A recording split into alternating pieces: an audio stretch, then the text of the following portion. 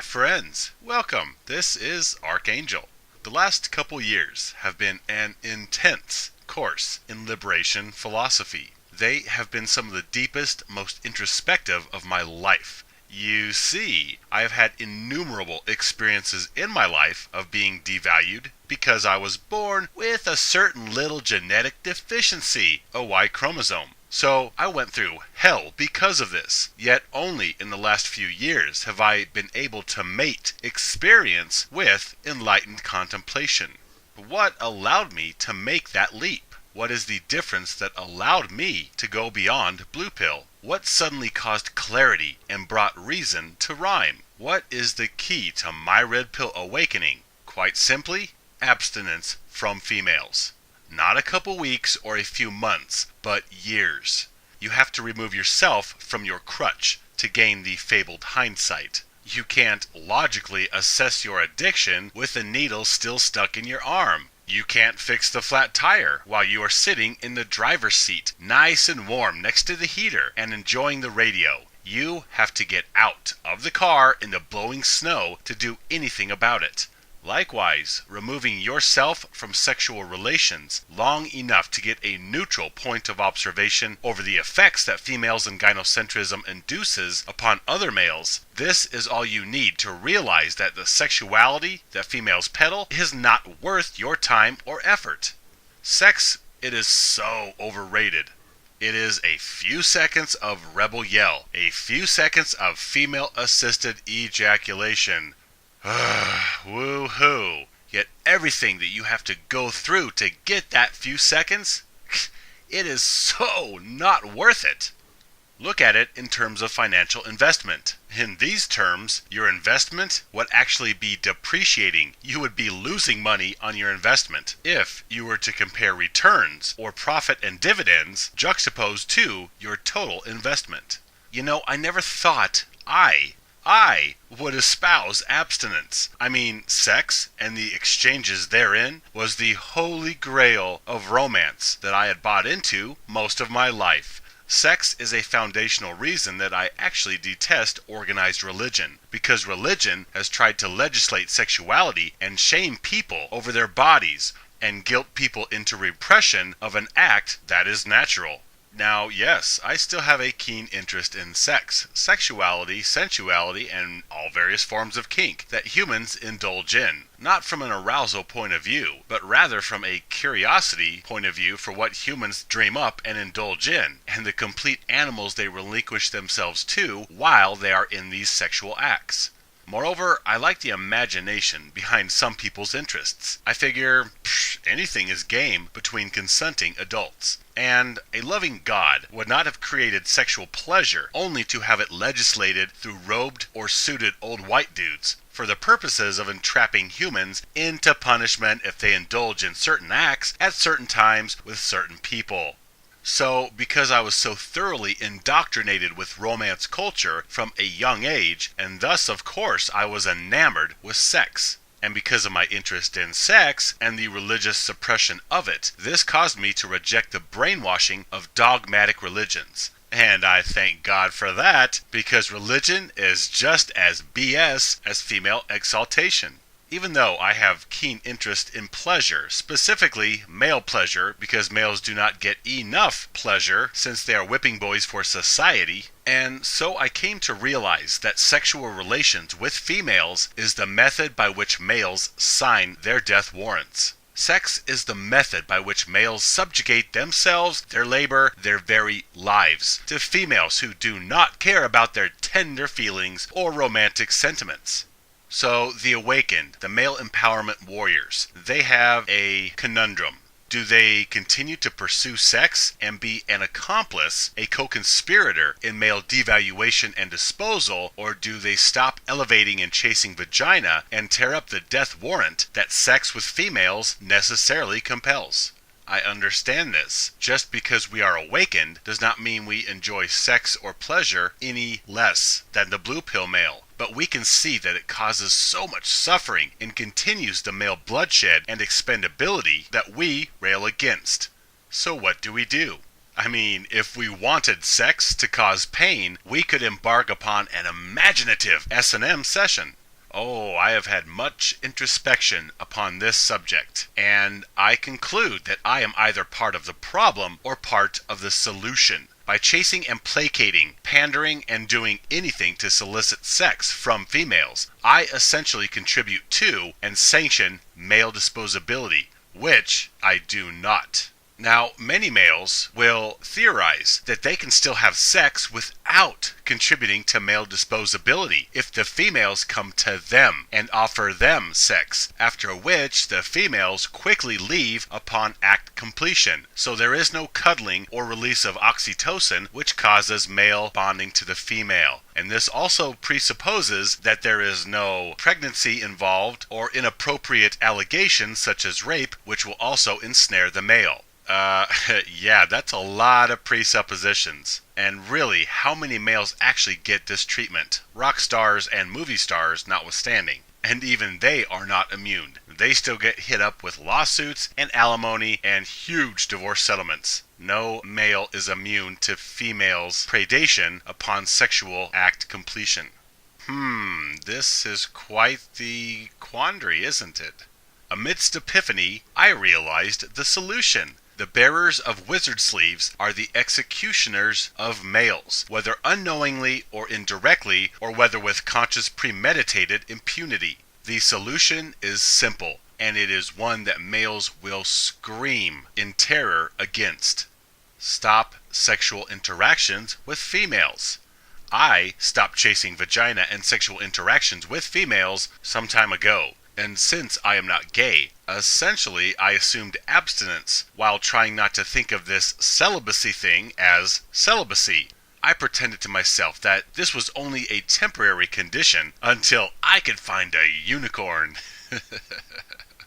I have observed the reality of females and the sex that they peddle, and male servitude to them with amazing clarity. And that is why now, me, Mr. Anything Sex, espouses abstinence from sexual interactions with females. Not because sex is bad or physical pleasure is sinful, but because the way it is currently practiced, it hurts males and lowers their worth to that of disposable shovels, Kleenexes to be used and thrown away. This is unacceptable.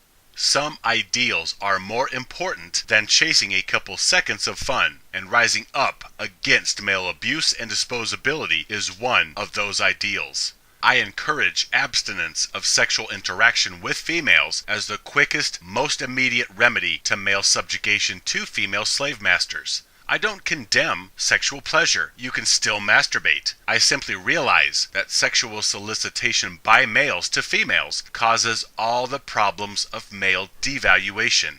Still, for heteros, masturbation is the same as abstinence. Oh, I know, masturbation is a pale equivalent to actual sex, like settling for a glass of room temperature water after knowing the taste of an ice-cold creamy milkshake. However, when you understand the torment and torture you will have to go through for a little sip of milkshake, you will get down on your knees and thank the universe for that blessed, beautiful glass of pure, lukewarm water. At least you are free and empowered as you drink the water. The rest of the gender slaves their lives away, paying for the few drops of milkshake that they were allowed in the beginning of the relationship, after which it's all honeydews. Go to work, and no more toys or friends or money or vitality. It's pretty much supporting an individual female or the collective through taxation and service or chivalry. Then you die. That is the cost of milkshakes.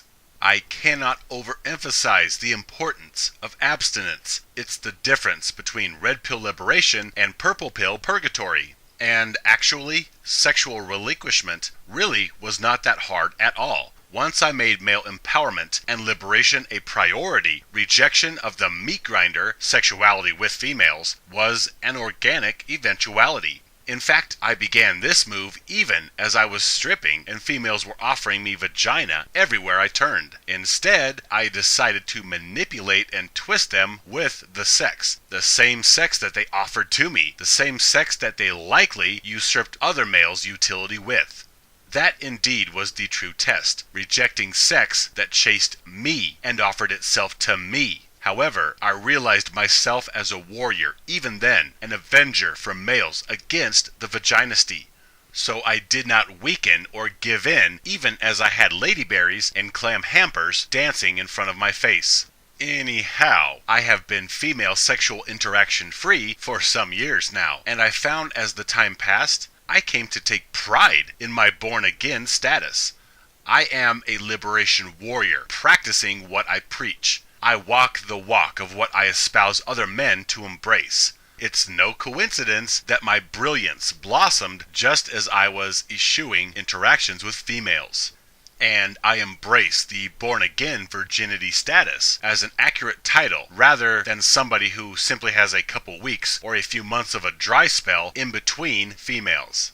Despite all the shaming tactics of the gynocentric drones, I take fierce pride in my abstinence, as an alcoholic boasts of the time that they have remained alcohol-free. Moreover, it means so much more to me than simple exemption from male disposability. My born-again virginity status is a huge middle finger to gynocentrism and the vaginisty. It is me striking a blow for the abused, suffering males everywhere, and it is the clarity I needed to finally rail against male disposability. Most males lament dry spells and eagerly look forward to their next peace. Many male empowerment warriors, or MGTOW, have come here posting videos during their dry spells, and as soon as a female said hi, boom, their messages change or their content is deleted. And during these dry spells, in between vaginas, they beat themselves and their worth into the ground because their identity still clings to females. They are nothing without the physical affirmation or validation of a lubricated vagina. Yet, the longer I abstained, the more pride I found in myself, in my abilities, in my skills and talents and beauty. Then, amazingly, I found myself valuing my sexuality more than merely wasting myself on cheap, insincere female-assisted ejaculations. I entered the final stages of purple pill desperation, thinking that I would save this newfound virginity for some special unicorn who was worthy of this gift and could be trusted with such tender feelings as those within my heart. Oh, believe me, I ran the gamut from foreign females to conservative to aesthetically unconventional-looking females, searching for the Easter Bunny. However, at the end of the day, I found females to be well, female, gynocentric, self-advancing, engender-preferenced parasites incapable of soul affection reciprocity. That was the final awakening, that there was no female out there worthy of my rebooted virginity, none worthy of this gift of my precious sexuality and feelings. Yes, I have embraced the beauty of my sex and the reality that no female is worthy of it, nor the tender feelings that I attach to it. And now, I value my new virginity more than any momentary weakness with any hot girl. No female could meet the criteria in order for me to share myself with them physically.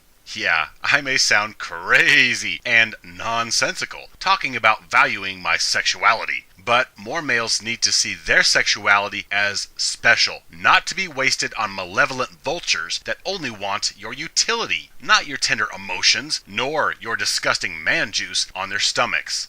Furthermore, I am so sick of all the mockery of male sexuality and ejaculation that I would not waste any of my life vitality on a female. In fact, the last few sexual encounters that I did have, I refused to ejaculate for these females. I simply faked it. Yes, actually, guys can fake it, and many do. After observing the overwhelming amounts of slander and disgust expressed over ejaculate and the act of ejaculation, I refused any further male mockery fodder at my expense. Now, if you are still having sex with females, refuse to ejaculate around them. It will drive them crazy and give you the upper hand, since they use your ejaculation as a roadmap.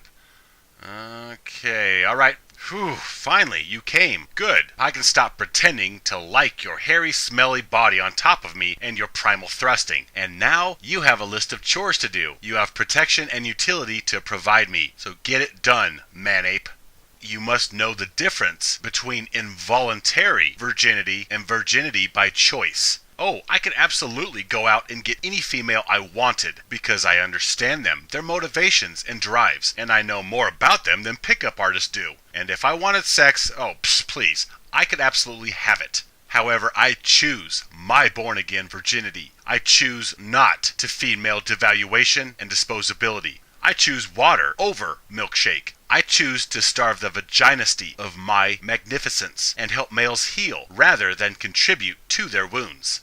I have higher purpose, but I do not claim perfection. I'm not saying I don't look at porn occasionally or that I don't take extra long showers. Yet in retrospect, I found that I have had more intellectual expansion during my abstinence than all the years before it, while chasing the sexual grail and the female lure around the track over and over and over. I can easily understand how genius is encouraged by sexual eschewment. Tesla, Da Vinci, Pythagoras, even Freud, while married, practiced celibacy, and I can finally behold the wisdom in this. I have had deeper, more profound musings and introspections during the past few years of sexual revocation than in all the time I was a blue piller chasing female approval and validation, hoping for salvation from my cursed state as a male. It's not coincidence that the world-shaking, paradigm-shifting brilliance throughout history came through MGTOW-minded males, or males that abstained from chasing females and sex. It's not the actual sex that is detrimental. Indeed, it has positive, health-affirming effects on the body and soul, in moderation. The problem arises with males. They can't seem to keep emotion out of the mechanical actions of procreation. They turn a few seconds of good time into a mortgage and hungry mouths to feed by slaving away at a soul-crushing job. Males become addicts and devote their energy and channel their creativity into thinking about and chasing the next few seconds of female-assisted ejaculation. You either nurture your brilliance and seek liberation from gynocentrism, or you serve the vaginisty, pandering and placating and prostrating yourself before females to get your 5 seconds of milkshake and that pat on the head from the mommy collective that you are being a good boy.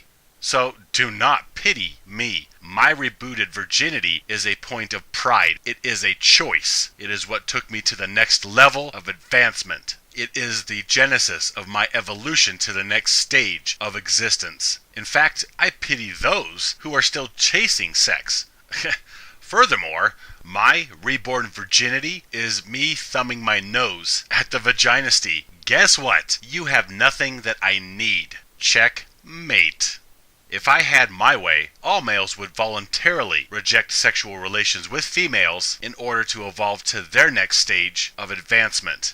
Sex subjugates males to gynocentric servitude. You cannot get around this. Sex is an impediment to male power and brilliance. It is time to rise above basal instincts and desires, lest we destroy ourselves and be doomed to repeat history. We have split the atom, for crying out loud. It's time for us to advance and live from our frontal lobe and not simply chase our lizard brain instincts. We can't afford to react from our reptilian programming. We have too many dangerous toys to act ignorantly and throw temper tantrums or simply chase sex and feed male disposability because we are not disciplined enough to practice self-control over our thoughts or actions, but rather we allow our desires to lead us.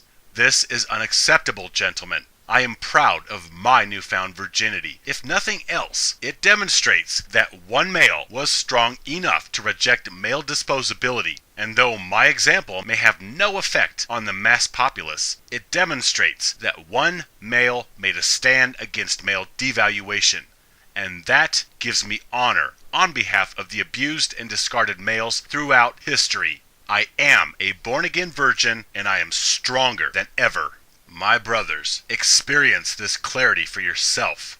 Stand with me, live free.